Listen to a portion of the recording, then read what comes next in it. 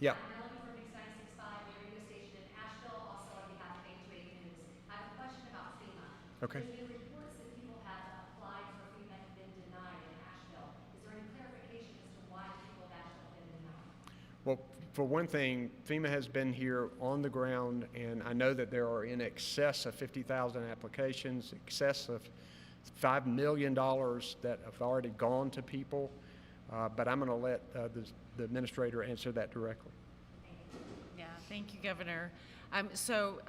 People should register for assistance, and nobody has been denied at this point. Typically, if they aren't getting information or they're not getting the financial assistance immediately, it's because we need more information.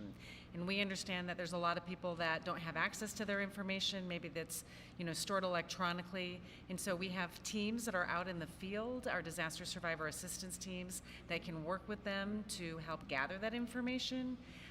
In the future, as soon as it's safe in those communities and we have services and we're not taking away from the response efforts, we'll have disaster recovery centers that will also be able to help them.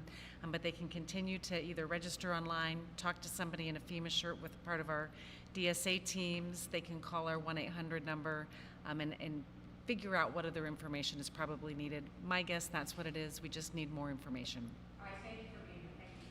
Next question, Justin. Yeah. Actually, this is Chris Love, if you don't mind, I've got a question for you. Justin participated in PR. I think in this disaster, there's at least some misinformation going now. Media-generated images, even social media posts. I was on the Tennessee side of the border a lot. A lot of rumors that he was turned away. I'm sure it's not true, but how do you address this misinformation that's going out and AI-generated stuff like that? Yeah. First, it's just really unfortunate that we have this incident, this disaster of historic proportion, as the governor mentioned, that we're making it harder for people to get the resources and the services that we need. Our resources have been in all 6 states that have been impacted by this disaster: Florida, Georgia, South Carolina, North Carolina, Tennessee, and Virginia. We have been there since before the storms made landfall, before they impacted these communities, and I have teams embedded in each of the emergency operations centers to make sure we have a consistent line of communications to get those resources where they're needed. I think one of the things that I've been hearing is that our funding is being diverted to other things. I can tell you that that is false, completely false. Our funding is dedicated to this response. I've committed to Governor Cooper and the other governors that were impacted that we are here to support them. Our funding is here for them, and we are not going to leave until everybody has what they need for their recovery. Sheriff wanted to respond to that. Yeah, so I addressed this previously, and I'd like to say this. The rumors and the misinformation is being generated by a very small number of people.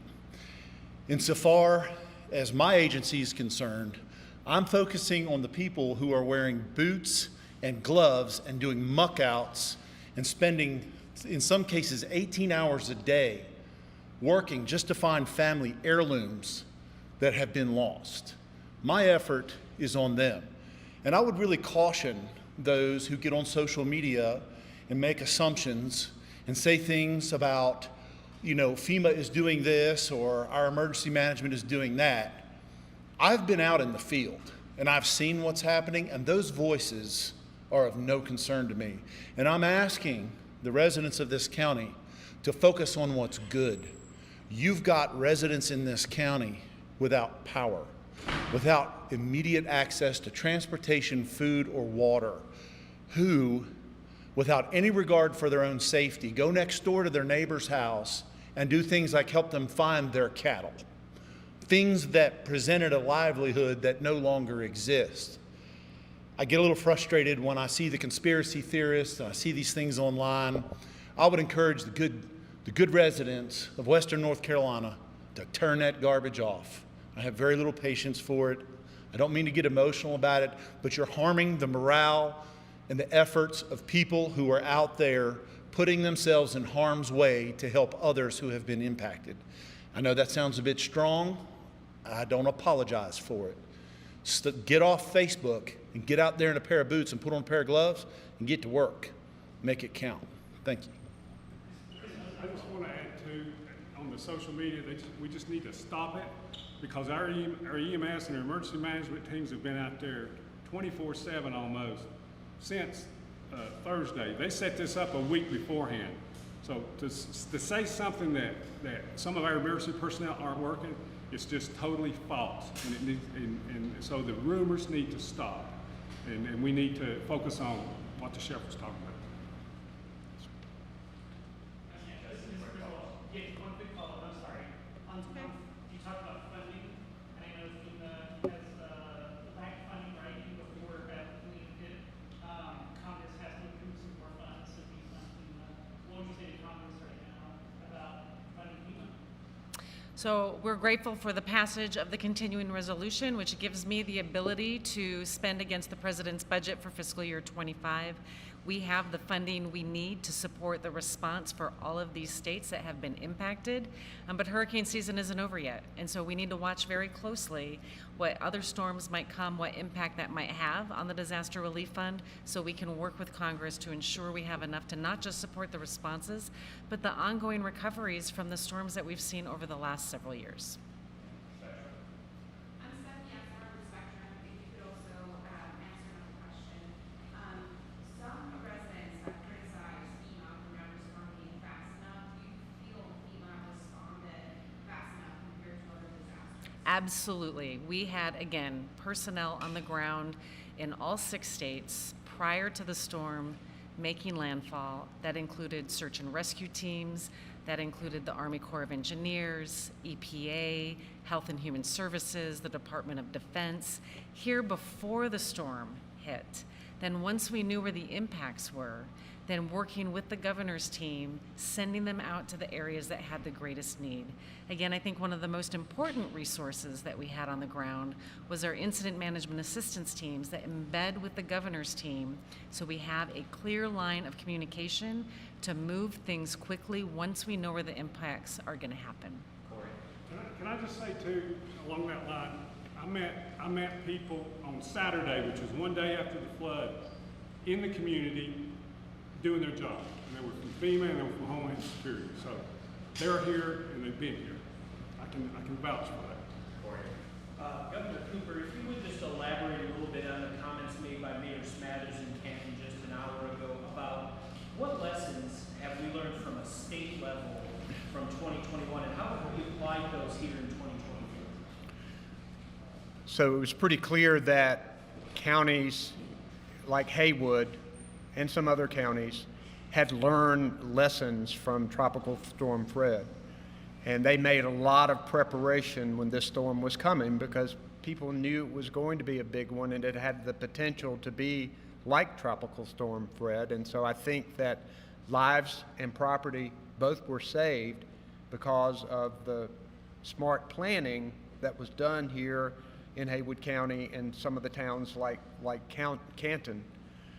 But no one expected this kind of epic, unprecedented, disastrous storm that occurred with water rising in places that it had never been. So what we learned here is that 3 years later, we've seen another vicious storm, so we can't expect them in the future. So we must plan and rebuild in a more resilient way, understanding that nature can do that to us again. So as we rebuild our roads and as we build our bridges and our homes and our public buildings, we've got to make sure that they are more resilient. And that's going to be hard and challenging because it's going to cost more upfront to make a structure more resilient. But Western North Carolina is worth that investment because of the treasure that it is, not only to the people of this state, but to the entire country. Last question, thank you. WPTL, yes, go ahead. Hi, my name is Tara Levins, owner of WPTL, based in Canton. My question is, we only meet communication from Sunday through until even on, thanks to a program I think with Starlink. Appreciate that. That's been our only means. My question is communication. We've heard there may be a cell tower that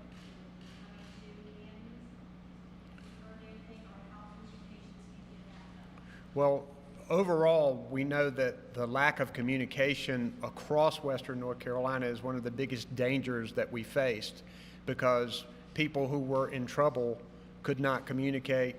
First responders were having difficulty communicating with each other.